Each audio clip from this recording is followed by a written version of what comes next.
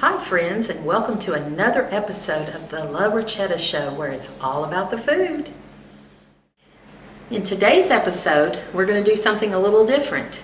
I want to talk about pantry basics. Whether you're just starting out cooking or you're an old gal like me, there's always a need for a well-stocked pantry. Let's get started, shall we? The first thing I want to cover, which is really important basics, is your flours and sugars. And every pantry needs this. And I'm going to start with, I use AP flour, all-purpose flour. Then we have granulated sugar. Then we have brown sugar. And then we have confectioner sugar, or as most people know it, powdered sugar. Now, I will say with powdered sugar, that's not really imperative for everyday use. That's more for your sweets. And if you're somebody that only makes cookies once a year, you don't necessarily need a huge amount of that. As you can see, I keep that kind of thing stocked up on. Your brown sugar, if you notice that in the powdered, I keep plastic wrap over it to ensure a really good seal, because your brown sugars tend to get clumpy and hard, and this keeps them moist. Another thing that I love is biscuit mix, which most everybody has used this. It's wonderful for quick pancakes in the morning or biscuits. Just a great product to have, or sausage balls, which is one of my favorites. I try not to make too much. They're very deadly. And then I love cornbread mixes. I sometimes make my own with cornmeal, but I have found products like this are so easy and so quick, and it is so good. And then another product I have found recently, if you've ever had Red Lobster Cheddar Bay biscuit mix, or the biscuits at the restaurant, these are so good, and they taste exactly like what you would get in the restaurant. So if you're, some people pop over for a quick dinner, put these babies in the oven and you won't be disappointed. Let's talk about salt now, and your leaveners, which goes hand in hand with your flour.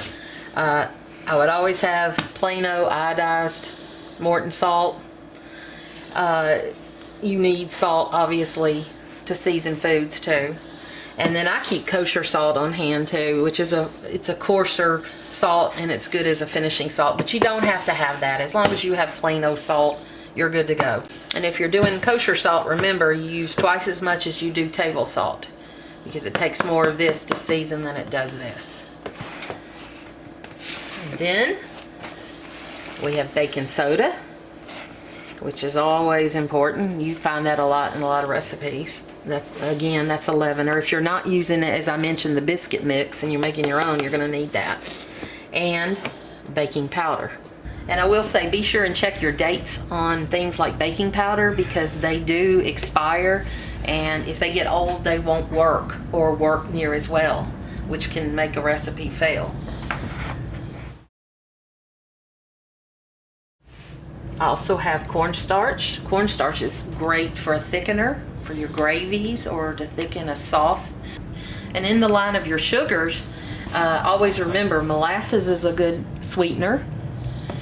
Corn syrup is a good sweetener to have. A lot of recipes call for that. And then my favorite is honey, and I buy my honey from a local person here, and it's just so good. Next, let's talk about fats and oils. Fats, you may remember in the day, lard was very popular. In the health conscious society now, I don't know how many people use lard, but I do like Crisco, shortening.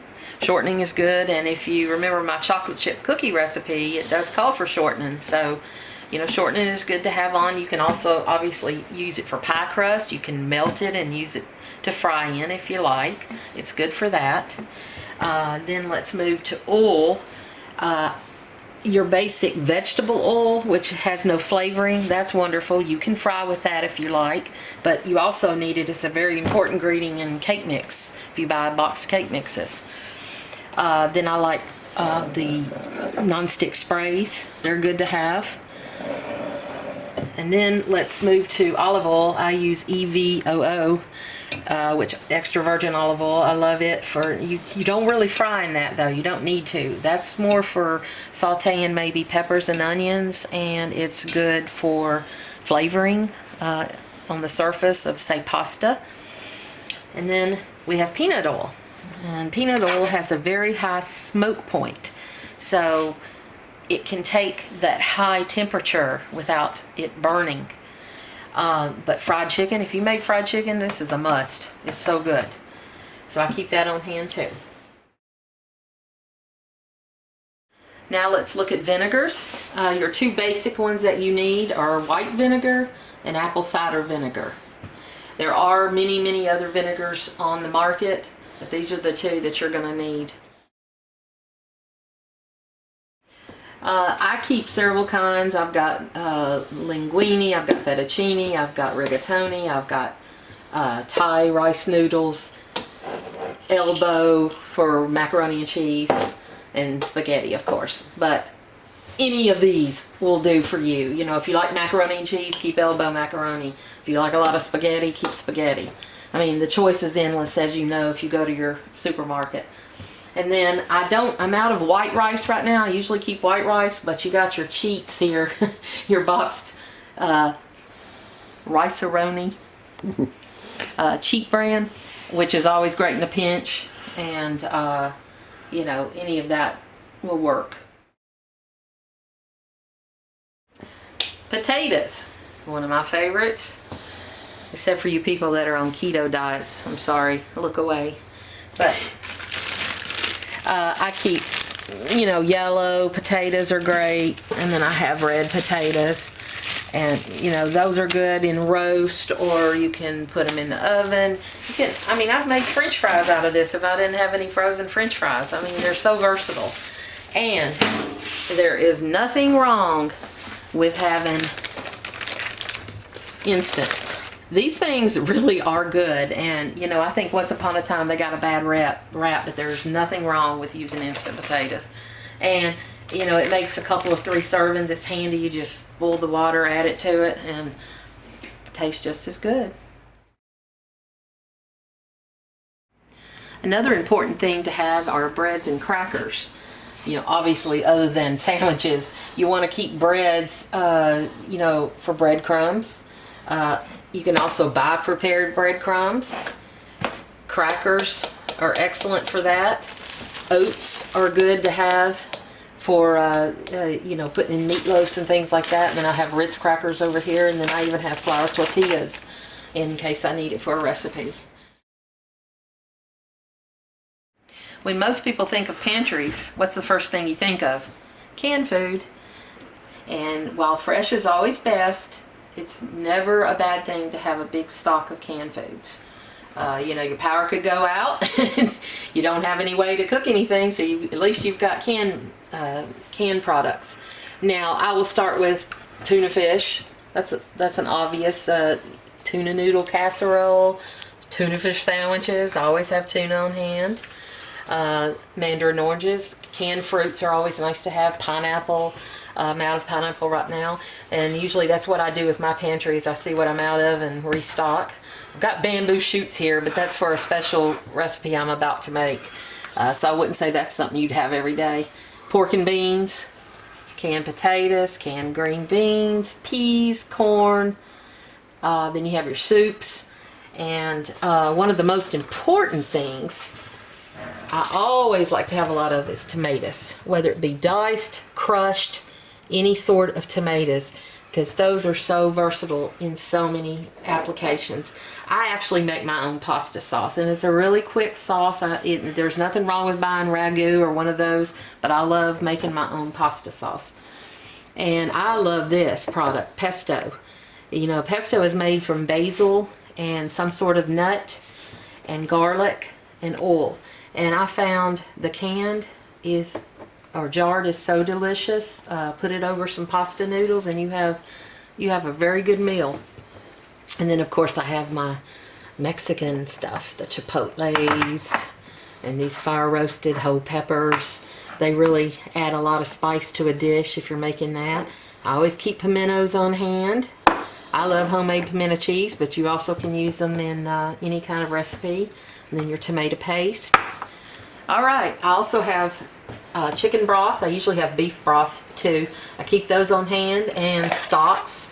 Those are great starters for soups or sauces. They're always good to have, and they come in these handy packs, and you open them, then you refrigerate them, and they keep for a little bit, and it's nice to have those. Lastly, let's talk about condiments. We know the ketchups and mustards are very popular, and then barbecue sauce. I keep steak sauce, hot sauce, and even soy sauce. And I keep the regular soy sauce and the low sodium. Now I want to talk about spices. There's obviously salt and pepper, but I keep mine in a drawer. First rule of thumb is a dark, dry, and preferably cool place for your spices. They should never be next to your oven. And if you remember back in the day, your mom having your spice rack up on the wall, some people may still do that, but I'm telling you, they'll stay fresher like this if you put them away somewhere. And I have it where it's close to where I'm assembling products for cooking, so it's just handy for me. Now again, your basics is your pepper and your salt. I've got sea salt too. And I would suggest you have garlic powder or granulated garlic. That stuff is so handy, and it just ups the flavor so much. Then I would say cinnamon is a must. Cayenne pepper, that's a must if you like spicy things. And then I have red pepper flakes, which is a joke in our house because my husband can tell you I kind of overdo it with the red pepper flakes and the green beans. But that's another whole episode. And then, you know, I have sage right here. Sage is important for this time of year in holiday cooking, you know, your stuffings and everything. But it's not something you need all the time. Then, you know, I've got things like lemon pepper. I've got paprikas. I have things for ribs, steaks, ground ginger for my Asian cooking, your chili powder for if you want to make your own for chili, onion powder, and I even have fresh nutmeg, which I discovered and I love. You just take it and grind it. It lasts a long time, and you just take the little piece and grind it on a grinder, and it's delicious. And again, I will tell you, it's just like I told you on your baking soda and baking powder. Watch your dates on these because they will go bad. So, if you have all of these items that we covered, you should be good to go for any of your basic recipes. And as you progress with your cooking and more complex recipes, you can add things as you need, such as me, I keep a lot of Asian sesame seed oil, cooking wine, chili oil, liquid smoke. As you can see, I add to, you know, because I like to cook a lot of Asian foods. And then baking, you could, you know, cocoa powders and your condensed milks and evaporated milks and things like that. Graham crackers, they make good crust for pies. You know, it's just limitless. It just depends on what you like to cook and how often you cook, but this should get you started. Well, friends, I hope you enjoyed this video. Please subscribe and please comment. We love all of our comments and we love all our subscribers. And don't forget to hit the bell icon and it'll notify you when we put up a new video. You all have a great Happy New Year. See you next time.